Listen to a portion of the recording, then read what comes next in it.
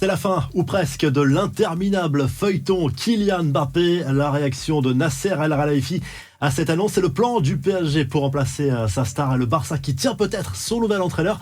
C'est le programme du journal du foot numéro 1461.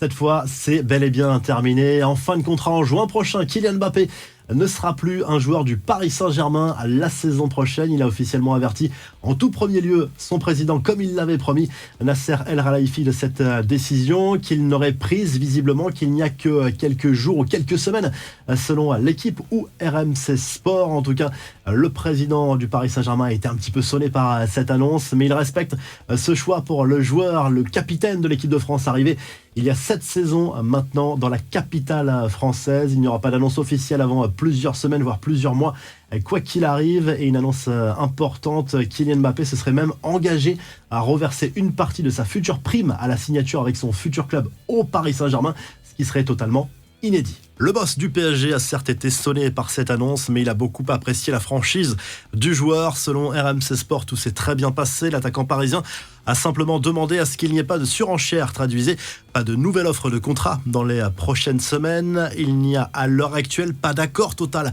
entre Kylian Mbappé et le Real Madrid, mais tout porte à croire désormais qu'il rejoindra le club espagnol cet été. Le champion de France doit maintenant préparer l'après Mbappé après 7 ans de bons et loyaux services. L'idée, ce serait de le remplacer non pas par un seul joueur, mais par un collectif. Des noms filtrent déjà: Victor Osimhen, Mohamed Salah ou encore Bernardo Silva.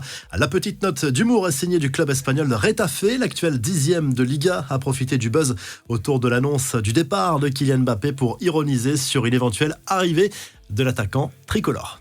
Les infos en bref, soirée difficile pour les clubs français en Ligue Europa. Match nul de partout pour l'OM contre le Shakhtar Donetsk. Quel gâchis encore pour les Marseillais, catastrophique en défense.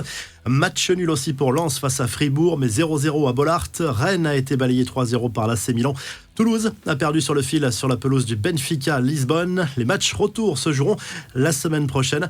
Un coup d'œil aussi sur les résultats en Conference League. L'Ajax n'a pu faire mieux que match nul de partout à domicile contre Bodo Glimt. Même score entre l'Union Saint-Gilloise et Francfort. Le Betis Séville a perdu à domicile contre le Dynamo Zagreb. Du côté du Barça, on cherche toujours un nouvel entraîneur pour la saison prochaine, mais un nom se dégage, celui d'Hansi Flick. Un indice important, le coach allemand vient de changer d'agent pour s'attacher les services de Penny Zahavi, très proche de Joan Laporta, le président du club catalan. On termine avec la revue de presse et on file tout de suite en Espagne pour voir comment la presse madrilène a réagi à cette annonce du départ en fin de saison de Kylian Mbappé du Paris Saint-Germain.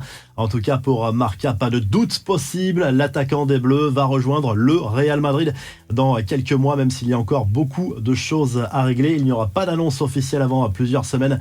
On l'a vu, et du côté de l'Angleterre, le Daily Express Sport consacre sa une à Roy Hodgson qui a été hospitalisé après un malaise à l'entraînement, déjà fragilisé. Le coach de Crystal Palace pourrait être écarté. Cela pourrait en tout cas accélérer les choses. Et du côté de l'Italie, le Corriere dello Sport revient sur le match nul, un but partout entre le Feyenoord et la Roma en Ligue Europa jeudi soir. Elle se penche également sur ce match de l'Inter Milan à domicile ce vendredi soir contre la Salernitana, les Nerazzurri qui pourraient mettre la Juve provisoirement à 10 points en cas de victoire en tête du championnat italien. Si le journal du foot vous a plu, on n'oublie pas de liker, de s'abonner et on se retrouve très rapidement pour un nouveau journal du foot. Excellent week-end.